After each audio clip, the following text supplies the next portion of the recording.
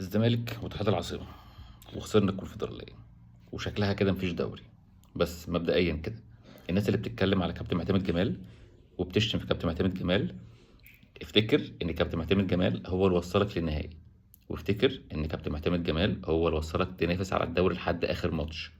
حلو كده، احنا ما كناش نحلم احنا نوصل لنهائي الكونفدرالية، وما كناش نحلم ان احنا نبقى في المربع الذهبي اللي موجود في الدوري، مش انت تفضل مركز اول لحد دلوقتي. خلاص. واحد، مش ذنبه ان هو بيلعب من غير هجوم، ما عندوش غير خالد بيتزيرا بس. مفيش راس حربة موجود تقيل، ولا وينج شمال غير شيكو خارزة اللي شغال معانا. تمام، مش ذنبه.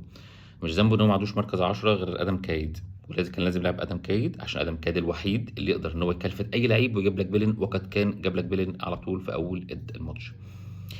مش ذنبه ان هو مفيش باكات يمين غير عمر جابر وناشئ.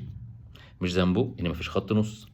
انت بتتعجز على عبد الله السعيد 40 سنه، محمد شحاته ابوه لسه ميت، ومحمد السيد لسه هو ايه شغال.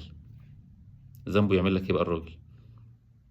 ايه اللي هيقدر يعمله اكتر من كده؟ مفيش حاجه يقدر يعملها اكتر من كده. الراجل ولا جبان ولا خواف ولا عديم الشخصيه، بالعكس ده بيدافع عشان ما يجيش فيك جون تتلط فيه الفرقه تفك والماتش يخلص. بس كده خلاص. انتوا بتهروا في حاجه، لو فكرتوا كده دقيقتين كده هتلاقوا الموضوع مش كده خالص. ومش مهم، خلاص بطولة وعدت يعني، خلاص اللي حصل حصل. هناخد 2 مليون دولار زي الفل، حلوين قوي. نركز في ماتش سيراميكا اللي جاي عشان خلاص ده آخر حاجة لينا الموسم ده نقدر نعملها. شكرا.